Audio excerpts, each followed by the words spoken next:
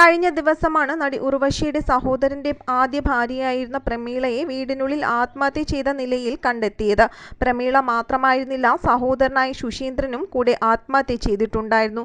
എന്തുകൊണ്ടിട്ടാണ് ഇരുവരും ഇങ്ങനെയൊരു കടുംകൈ ചെയ്തത് എന്നുള്ള ചോദ്യങ്ങൾ ഉയർന്നു വന്നിരുന്നു. കടുത്ത ദാരിദ്ര്യവും അസുഖവും ഒക്കെ തന്നെയാണ് ഈ ഒരു കടുംകൈ ചെയ്യാൻ ഇരുവരെയും പ്രേരിപ്പിച്ചത് എന്നുള്ള വാർത്തകൾ എല്ലാപേരെയും ഞെട്ടിച്ചിരുന്നു. വില്ലുപുരത്തായിരുന്നു ഇരുവരും താമസിച്ചിരുന്നത്. കുറച്ചു നാളുകളായി ഇവരുടെ വിവരങ്ങളൊന്നും തന്നെ ഉണ്ടായിരുന്നില്ല. വീട്ടിനുള്ളിൽ നിന്ന് ദുർഗന്ധം ഉണ്ടായതിനെ തുടർന്ന് നാട്ടുകാർ പോലീസിൽ വിവരം അറിയിച്ചപ്പോഴാണ് പോലീസുകാർ അന്വേഷണം തുടങ്ങിയത്.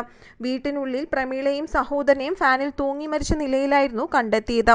വീടിനുള്ളിൽ പരിശോധിച്ച സമയത്ത് വീട്ടിനകത്ത് നിന്ന് ഒരു ആത്മഹത്യാക്കുറിപ്പും ലഭിച്ചിരുന്നു.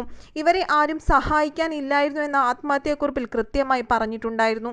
കടുത്ത ദാരിദ്ര്യം ഇവരെ കുറെ നാളുകളായി അലട്ടുന്നുണ്ടായിരുന്നു. ഒപ്പം അസുഖം കൂടി ഉണ്ടായതോടുകൂടി ചിലവുകളൊന്നും തന്നെ കയ്യിൽ നിൽക്കാതെയായി. നേരത്തെ നാത്തൂനായ കൽപ്പന ജീവിച്ചിരുന്ന സമയത്ത് ഇവർക്കൊരു താങ്ങും തണലും തന്നെയായിരുന്നു കൽപ്പന എന്നാണ് ആത്മഹത്യാക്കുറിപ്പിൽ എഴുതിയിരിക്കുന്നത്. കൽപ്പനയാണ് ഇവർക്കുള്ള ചിലവിനുള്ള കാശെല്ലാം തന്നെ നൽകിയിരുന്നത്. എന്നാൽ കൽപ്പനയുടെ മരണത്തോടുകൂടി ആരും ഇവരെ തിരിഞ്ഞു നോക്കാതായി എന്നും ആത്മഹത്യാക്കുറിപ്പിൽ എഴുതിയിട്ടുണ്ട്. ഇതാണ് മരണത്തിലേക്ക് നയിച്ചത് എന്നാണ് കാരണമായി പറയുന്നത്. ഒപ്പം ഇവരുടെ മൃതദേഹം പോസ്റ്റ്മോർട്ടം ചെയ്യരുത് എന്നുള്ള ഒരു അപേക്ഷയും ആത്മഹത്യാക്കുറിപ്പിൽ ഉണ്ടായിരുന്നു.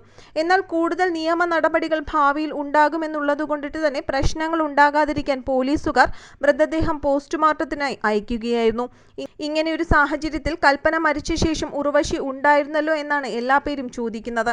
ഉർവശിയും കലാരഞ്ജിനിയും എല്ലാ പേരും ഉണ്ടായിരിക്കുന്ന ഈ ഒരു സാഹചര്യത്തിൽ എന്തുകൊണ്ടാണ് കുടുംബം ഈ ഒരു വ്യക്തി അല്ലെങ്കിൽ ഇങ്ങനെയുള്ള ആളുകളെ തിരിഞ്ഞു നോക്കാത്തത് എന്നാണ് ഇപ്പോൾ ചോദ്യങ്ങൾ ഉയർന്നു വരുന്നത്. ഉർവശി ഇതുമായി ബന്ധപ്പെട്ട് ഇന്നലെ ഭയങ്കര വിഷമത്തിലായിരുന്നു എന്നുള്ള വാർത്തകളൊക്കെ പുറത്തു വന്നിരുന്നു. എല്ലാം കഴിഞ്ഞിട്ട് അവസാനം വിഷമിക്കുന്നത് എന്തിനാണ് എന്നാണ് എല്ലാ പേരും ചോദിക്കുന്നത്. ജീവിച്ചിരുന്ന സമയത്ത് ഒരു കൈ സഹായത്തിന് കൽപ്പന മാത്രമേ ഉണ്ടായിരുന്നുള്ളൂ.